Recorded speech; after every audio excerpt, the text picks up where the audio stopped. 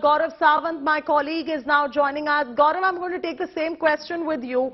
To the best of my knowledge, this country really does not provide ceremonial welcomes to world leaders who arrive after sunset. So why such a special exception being made for Prime Minister? I mean, it's a matter of great pride for India. You know, when it comes to the Indo-Pacific, India really matters. India is also the co-chair of the conference that's happening at Papua New Guinea.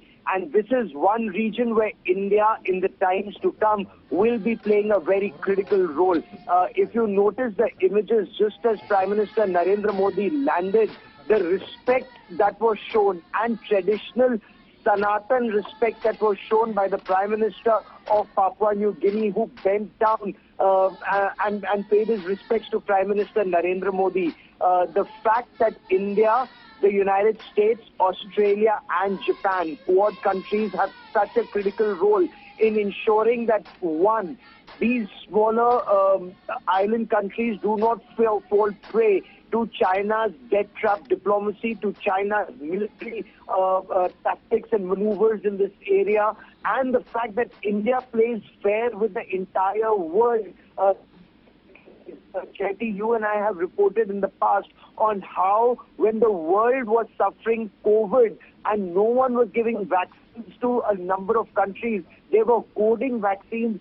India was one country that went out of its way to help others and give them vaccines. And all the way from the west to the east, the north and the south, the world recognizes India's contribution in vaccine maitri. The world they see through this and they see the role that India is playing. Point one. Point two, this is one region where democracies like India, United States, Australia and Japan will play a very critical role in checkmating expansionist forces like China that may come in with a big smile, but then it ends up gobbling up those countries. China's debt trap diplomacy has impacted a number of countries, including in our neighborhood. Countries like Sri Lanka, they are suffering. India goes out and helps people. The world recognizes it. That's point two. Point three, the world recognizes India's growing stature globally. You recall the conversation that Prime Minister Albanese had with Prime Minister Narendra Modi. His next leg is Sydney, and in Sydney there is a community reception where Prime Minister Albanese told Prime Minister Narendra Modi that the capacity of that community reception is 20,000 and there are more people who are lining up to meet him and he doesn't know how to handle this.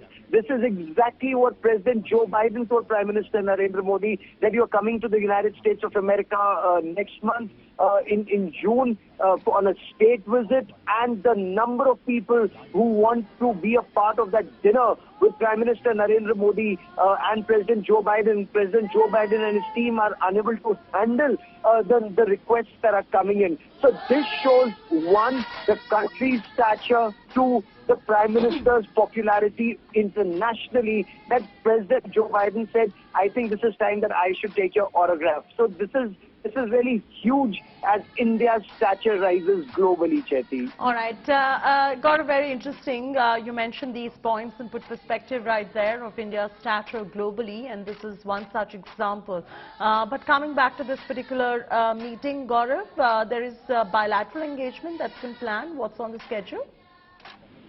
So, you know, this is a conference that is happening and it's a very important conference, and India is the co-chair of this Indo-Pacific region conference that is happening in Papua New Guinea, and many would wonder what is our interest so far away in Papua New Guinea. And this is where India, America, Australia, Japan, democracies of the region and very, very powerful democracies of the region are coming together to ensure that rules-based order is followed and maintained across this part of the world. This is, in a way, our new backwaters for democracies. Why is this important? Because China is breaking the rules-based order, and that's been mentioned. So whether it's you know, the South China Sea, the East China Sea, we've seen what China has been up to.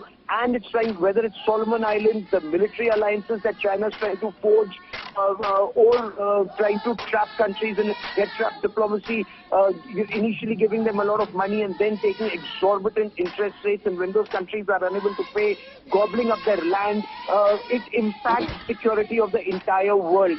And this is where countries like India, we are really trusted across the world because we play fair. We help people as a nation, and this has been seen globally. So that is why countries would prefer to operate with countries like India.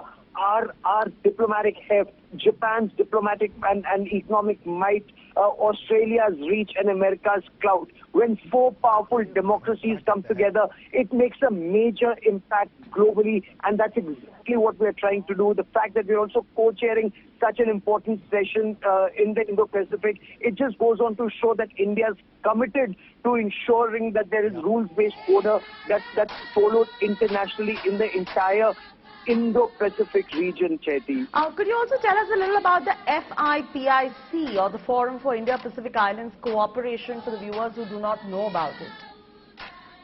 So, Chaiti, this cooperation is all about taking these countries forward. This is a cooperation about democracies coming forward, with their economies getting integrated and operating together. In this entire region, unlike AUKUS, where Australia, United States and the United Kingdom would form a military alliance and come together to each other's interests, India is not part of any military alliance in any region. We maintain our independent stance all across. However, there are a lot of economic cooperation,